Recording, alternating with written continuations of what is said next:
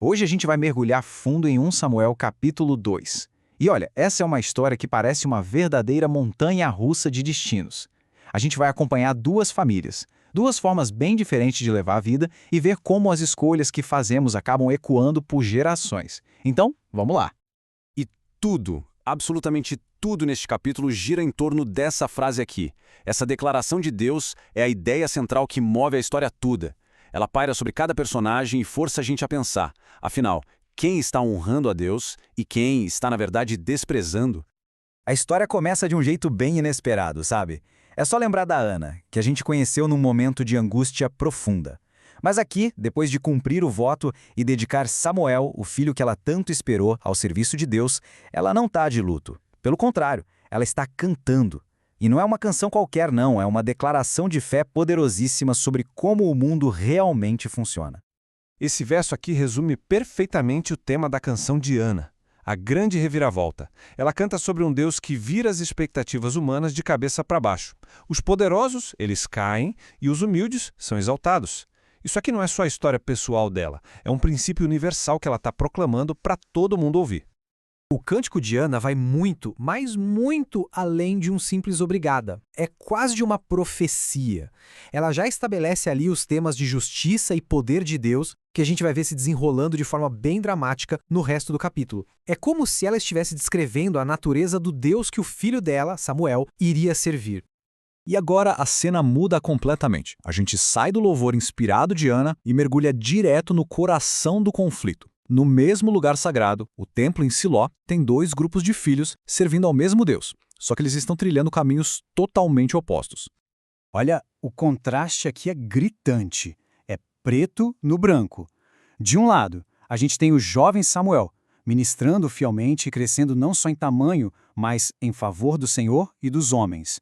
Do outro lado, Hofni e Finéias, os filhos já adultos do sumo sacerdote que agiam como se Deus nem existisse. É a pureza da fidelidade contra a corrupção calculada, lado a lado. E o texto não alivia nem um pouco na hora de descrever esses dois. Eles são chamados de filhos de Belial. Isso não é um xingamento qualquer, viu? É uma designação bíblica muito séria para pessoas de caráter podre, rebelde. Fica claro que a corrupção deles não era um deslize, mas algo que definia quem eles eram. E aqui a gente viu o sistema corrupto deles em ação. E não era só ganância, era um desprezo total pelos rituais sagrados. Eles pegavam a melhor parte da carne para eles antes mesmo da porção de Deus ser oferecida e ainda usavam de ameaça se alguém reclamasse. Eles não estavam só roubando das pessoas, eles estavam tratando a oferta de Deus com total desprezo. E aí a pergunta que não quer calar é: como essa corrupção toda pode acontecer bem debaixo do nariz do pai deles, o sumo sacerdote Eli, no lugar mais sagrado de Israel? A narrativa, então, vira os holofotes para ele, para o seu papel como pai e líder, e sua trágica falta de atitude. Essa foi a resposta de Eli para os pecados absurdos dos filhos. Uma repreensão bem leve. Diante de corrupção e imoralidade pública, ele diz que o que houve não é bom. É uma resposta muito passiva, totalmente ineficaz, que só mostra a fraqueza gigantesca da sua liderança. E aqui, gente, está o ponto central, a acusação de Deus contra Eli. A falha dele não foi só não fazer nada, foi uma questão de prioridades. Ele honrou mais os filhos, o conforto, o status deles, do que a Deus. Ele acabou se tornando cúmplice, permitindo que eles engordassem com as melhores partes de todas as ofertas. E é aqui que aquele contraste do começo do capítulo chega ao seu ponto máximo. A gente tem dois modelos de paternidade. Ana, com sua dedicação, honrou a Deus e foi abençoada com um filho fiel e ainda mais 5 filhos. Já Eli, com sua negligência e passividade, honrou seus filhos e o que ele colheu? Uma maldição que ia acabar com a sua descendência.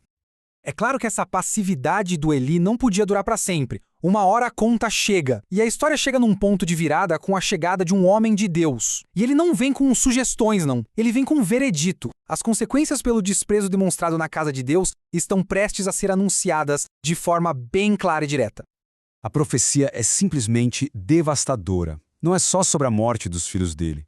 É o fim da dinastia. A força da família vai ser quebrada, ninguém vai viver muito tempo, e a honra do sacerdócio vai ser trocada pela humilhação de ter que mendigar por um pedaço de pão.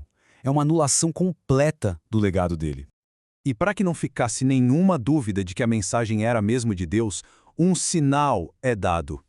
Um único sinal, algo bem específico e improvável que ia confirmar a verdade da profecia de um jeito que ninguém poderia contestar. A morte dos 2 filhos dele num único dia seria a prova trágica de que o julgamento tinha começado. Certo.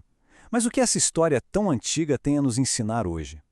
Ela está cheia de princípios que nunca envelhecem, sobre família, sobre liderança e sobre o que é honra de verdade.